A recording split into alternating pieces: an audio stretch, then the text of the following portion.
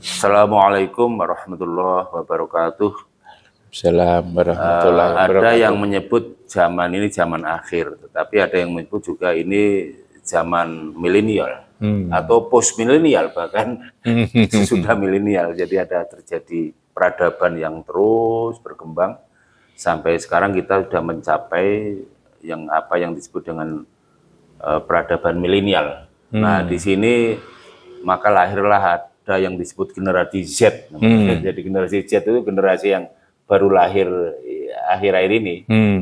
Ya, kemudian apa yang terjadi, generasi Z ini kebanyakan dibesarkan di dalam lingkungan maya, Prof. Imam. Jadi bukan hanya di keluarga ya awal-awal, tetapi kemudian ketika dipegangi HP atau komputer, anak ini udah dididik oleh banyak orang dan bahkan seluruh dunia, bahkan maya dalam arti tidak jelas. Jadi banyak film, banyak kartun, banyak ini yang akhirnya anak-anak itu bisa terpengaruh. Nah, dampaknya itu luar biasa. Jadi ada anak di Makassar yang berdua itu membunuh anak lain, ingin menjual organ tubuhnya, katanya terpengaruh oleh iklan di maya itu, di media itu, medsos, macam-macam. Jadi anak-anak sekarang ini asik bermedsos, tetapi kadang-kadang orang tuanya nggak sadar bahwa itu sangat luar biasa bahayanya itu. Nah, menurut Prof. Imam gimana ini pendidikan Islam untuk generasi Z ini begitu penting? Assalamualaikum warahmatullahi wabarakatuh. Mas Habib, menarik sekali ya pertanyaannya itu, yang sangat sesuai dengan tuntutan zaman, perkembangan zaman, Mas Habib. Generasi milenial, kita ini yang lebih cepat dan seterusnya itu. Tapi kalau kita bicara tentang agama sebetulnya, Mas Habib, agama itu tidak mengenal zaman sebetulnya. Sepanjang zaman. Sepanjang zaman. Kalau ada orang nakal kan berkali-kali saya katakan, anaknya Nabi Adam yang baru beberapa saja sudah nakal itu kan. Nah, kalau bicara bunuh-membunuh, zaman anaknya Nabi Adam saja sudah bunuh-membunuh gitu kan. Nah, saya katakan bahwa agama itu tidak mengenal zaman, karena memang agama itu ngurus rohani sebetulnya itu. Ngurus yang ada di dalam dada setiap orang ini. Bagaimana agar rohani ini bisa selamat, rohani ini bisa pulang, bisa kembali. Namanya pulang ya ke tempat asal, kepada Allah dan Rasul-Nya itu. Nah, kalau itu kita maknai seperti itu, rohani, maka sebenarnya kan tidak mengenal ini zaman apa dan itu di tempat zaman mana. Zaman apapun agama itu harus ada, harus ada. Perannya itu harus ada. Tentu ya di zaman milenial seperti sekarang ini gitu. Yang berubah itu sebetulnya kan dari aspek fisik, Mas Habib. Dan perubahan itu coba kalau kita lihat di berbagai belahan dunia itu kan, itu kan memang bermacam-macam. Dan fasenya juga ada yang sekarang ini masih yang di gunung-gunung, masih ketinggalan itu kan. Masih ada penduduk asli yang berpakaian saja belum mengenal itu kan. Belum berteknologi. Lalu kemudian ada juga yang begitu modern seperti cucu Mas Habib ini. Jadi sangat bervariasi, ada orang yang mengenali hidupnya itu hanya pada wilayah desanya, tapi juga ada wilayah kabupaten, lalu kemudian ada wilayah Indonesia negara ini. Ada sekarang itu sudah menjadi penduduk bumi kan. Dunia maya kayak begitu kan, anak-anak yang seperti itu kan sudah tidak mengenal batas-batas negara itu kan. Bahasa mengenal etnis dan macam-macam itu. Nah, itu kan.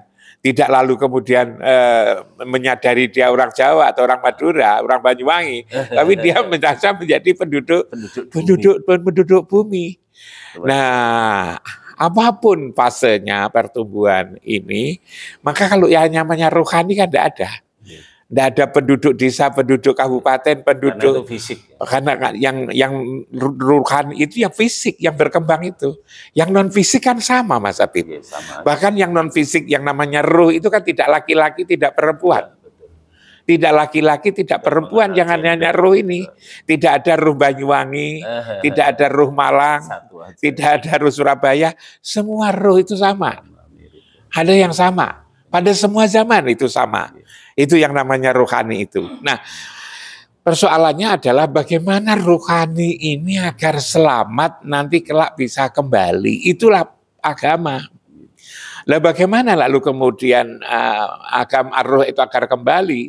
Maka lalu dikenalkan dengan tempat kembali. Dikenalkan siapa yang harus diikuti untuk kembali. Nah, yang harus diikuti itu adalah Rasulullah Muhammad SAW itu. Agar selamat ikut Muhammad, kan begitu. Tempat kembali di mana? Tempat kembali telah dikatakan di dalam Al-Quran itu kan kembali ke rumah kampung akhirat. Yang disebut inna awwala baiti wudi'a linnas, sesungguhnya yang mula-mula rumah saya nyatakan untuk seluruh umat manusia itu biba kata mubarakan, dibakah yang diberkahi. Fihi ayatun bayyinatun maqamul Ibrahim. Wa man dakhalahu kana aminan, siapa yang masuk itu adalah aman. Ini kembali, ini rumah ini. Jadi yang ingin kita selamatkan adalah ruh kita. Bagaimana agar kita selamat? Ngikuti orang yang selamat. Dalam konsep Islam yang selamat itu adalah Muhammad Rasulullah Shallallahu Alaihi Wasallam. Lalu ada tempat keselamatan ini. Nah, kalau kita sudah mengikuti ini, tahu tempat keselamat, makanya lalu kemudian umur 7 tahun, walaupun anak itu sudah kenal dunia maya, Mas Habib cucunya sudah kenal bahasanya aja, sudah tidak mau bahasa Jawa, mungkin tidak ngerti bahasa Jawa sudah. Lalu sudah bahasa Indonesia, sekarang sudah cucunya umur kelas 2 SD sudah bisa bahasa Inggris, gitu kan? Maka yang jangan lupa bagi orang tua adalah kenalkan dirinya sendiri. Kenalkan siapa yang harus diikuti dan bagaimana cara mengikuti. Bagaimana cara mengikuti, siapa yang diikuti, di mana diikuti, itulah sholat. Makanya umur 7 tahun diajari sholat. Sudah dikenalkan dengan sholat. Ngajari sholat itu sebetulnya ngajari siapa yang harus diikuti. Bagaimana cara mengikuti. Di mana dia diikuti. Tempat sholat itu kan juga ada sendiri, Mas Habib. Mengira kita itu, kita kalau bicara agama kan bicara ruhani. Kita kalau mengira kalau kita sholat itu di rumah ini atau di masjid, tubuhnya memang di rumah ini, tubuhnya memang di masjid. Tapi ruhaninya, ingatannya itu harus ada di tempat itu, di Baitullah itu, yang ditandai dengan bangunan Ka'bah itu. Umur 7 tahun sudah dikenalkan itu. Umur 7 tahun harus dikenalkan. Umur 10 tahun, kalau itu tidak mau melaksanakan sholat, sudah harus diingatkan dengan keras, dengan istilahnya lalu dicambuk. Tentu kan nyambuk itu kan bukan hanya bermakna tubuhnya, mungkin bisa bermakna perkataannya lebih keras. Kan itu anak milenial sekarang ini kan. Kalau dulu kata-kata agar sakit kan dicambuk, tapi sekarang zaman sekarang kan ada ada persuasif seperti itu. Itulah pentingnya sholat. Dikenalkan dengan agamanya. Maka kalau Islam itu karena yang diselamatkan ada rohani, umur 7 tahun, umur 7 tahun, umur 11 tahun sudah harus ini. Bahkan Mas Habib,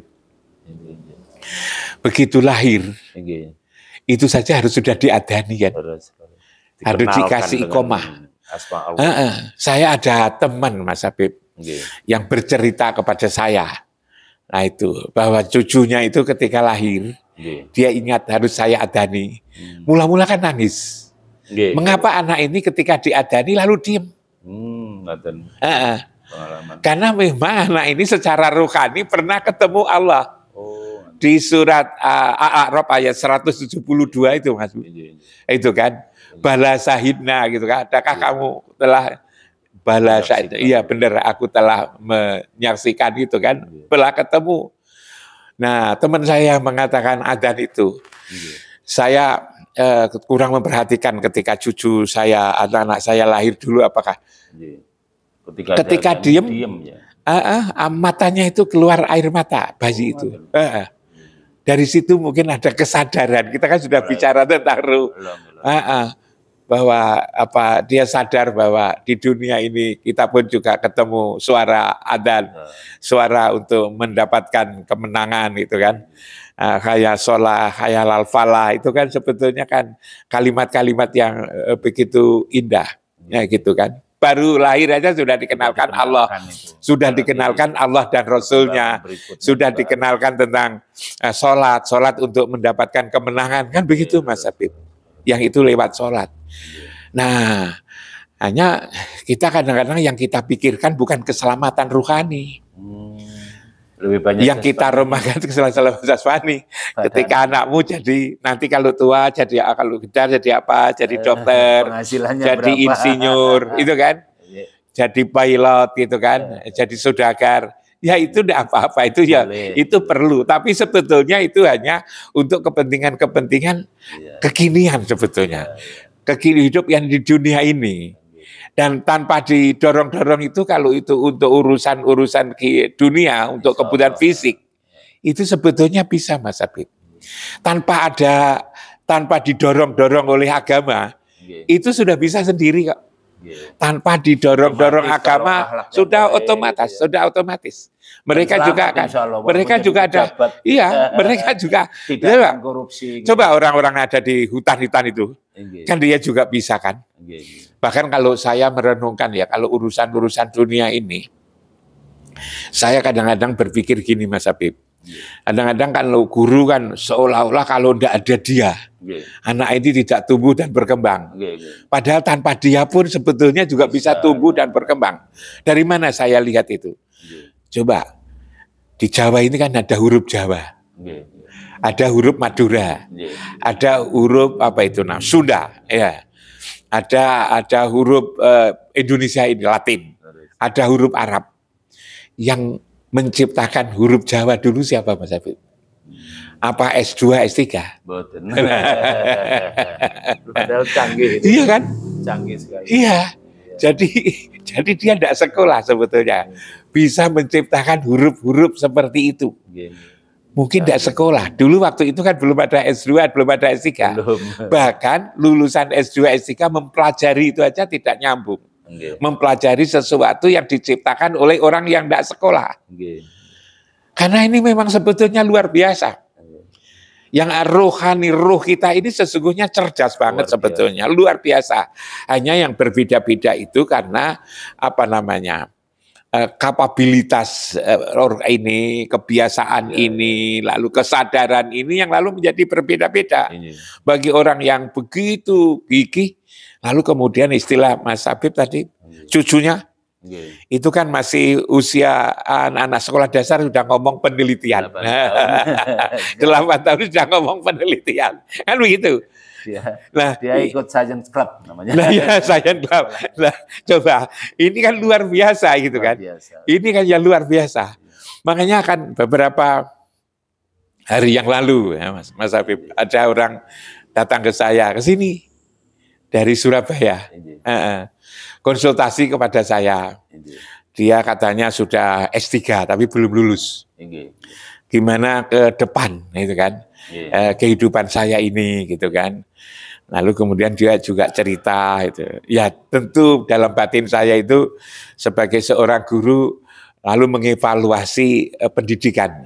Pendidikan itu Mas Habib. Kok pendidikan kita ini tidak bisa mengantarkan seorang menjadi mandiri. Lalu saya suruh ngitung. Di zaman milenial kayak gini masih ngitung. Sampean memperoleh pendidikan berapa lama, ya kan? Katanya STK itu 2 tahun, SD 6 tahun, kan 8 ya?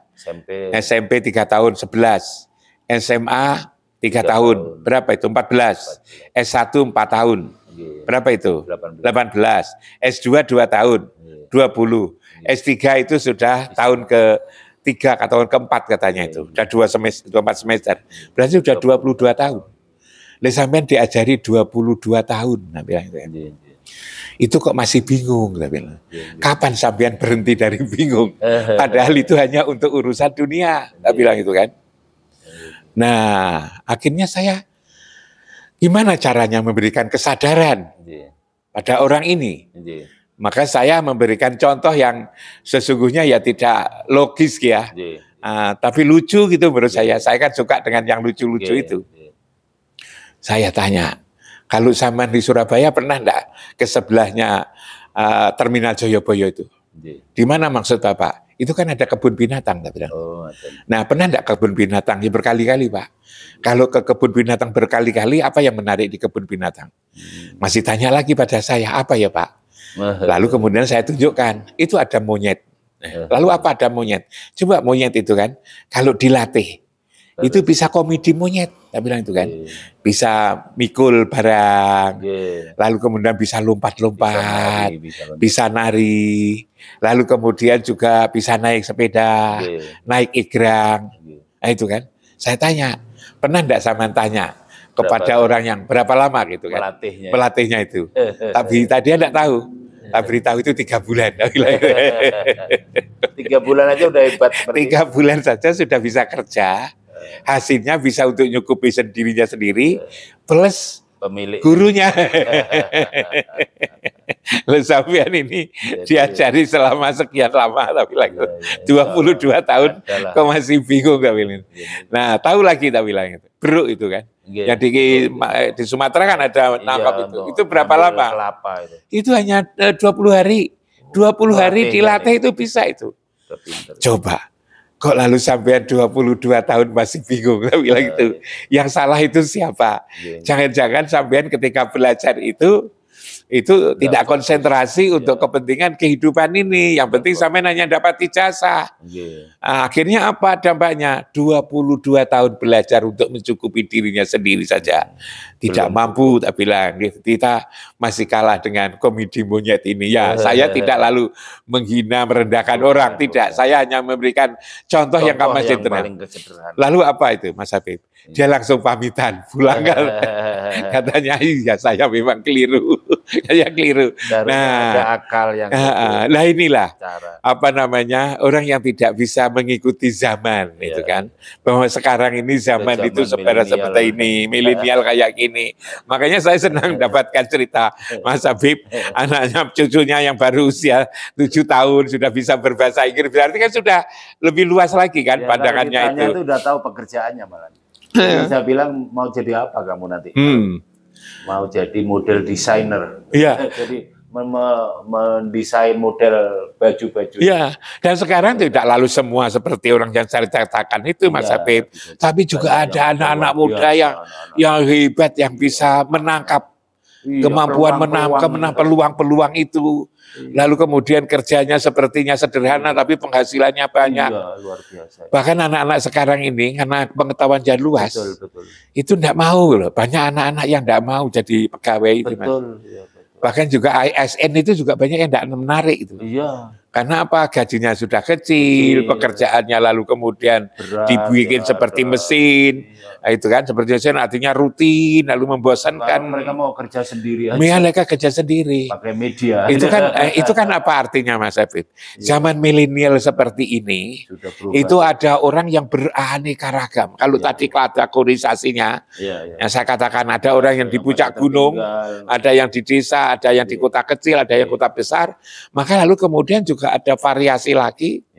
Ada orang yang bisa menangkap tanda-tanda zaman ini, tapi ada orang yang tidak bisa menangkap, dikira setiap orang yang sekolah itu mesti sukses, ternyata juga masih 22 tahun sekolah, dia tidak sukses. Karena itulah maka menurut saya memang perlu pandangan-pandangan, pikiran-pikiran yang cerdas, bagaimana untuk menyiapkan masa depan ini. Tapi satu Mas Habib, agama itu tadi, agama ini adalah mulai 7 tahun harus dikenalkan dirinya sendiri. Dari situ, karena kalau pinter media saja akhirnya bohongin orang itu. Harus dikenalkan dirinya sendiri. Banyak yang kalau Mas Habib mengatakan membohongi orang itu karena dia tidak kenal dirinya sendiri. Dia tidak merasakan kalau diri sendiri, orang lain justru invest. Jadi yang kurang itu adalah bagaimana mengenalkan diri sendiri. Bagaimana karena selamat itu harus mengikuti Rasulullah. Iya kan? Karena beliaulah sesungguhnya adalah sumber orang yang membawa kita kepada keselamatan. dunia yang lebih jauh lagi, bahwa di dunia ini adalah sementara. Lewat apa? Untuk mengenal dirinya sendiri, untuk nyambung ikut Rasulullah. Lewat sholat, umur 7 tahun harus dikenalkan sholat, umur 10 tahun harus sudah disiplin diri puasa, dan seterusnya itu. Cucu saya itu mulai TK 0 besar udah puasa. Ya, sampai sekarang. Jadi zaman apapun, milenial ini Mas Habib, satu, agama, ya. Kalau agama itu mengenalkan dirinya sendiri. Siapa sih sesungguhnya kamu itu? Kamu itu orang mengatakan yang zahir, yang batin. Yang zahir itu siapa, yang batin itu siapa. Orang seringkali ngomong zahir batin, apa namanya, tidak paham. Yang jasmani, yang rukani, seolah-olah paham. Padahal sebenarnya lalu tidak paham. Pencerahannya. Jadi penonton sekalian, ini penting karena di zaman milenial ini macam-macam masalah, terutama pendidikan anak-anak itu. Jadi orang tua harus sadar, walaupun secanggih apapun anak-anak milenial dengan medianya, dengan teknologinya, kita harus mengenalkan agama, harus dilihat, dikontrol, jangan sampai apa yang ditonton itu di luar dugaan kita, ternyata itu pengaruhnya besar terhadap kehidupan dia, sehingga berperilaku negatif. Nah, hal-hal demikian bisa dicegah dengan macam-macam, dari pendidikan agama dimasukkan, diajari sholat, berpuasa, beribadah yang lain, sehingga insya Allah anak-anak milenial ini akan selamat rohaninya nanti, bukan hanya jasmaninya tapi rohaninya juga.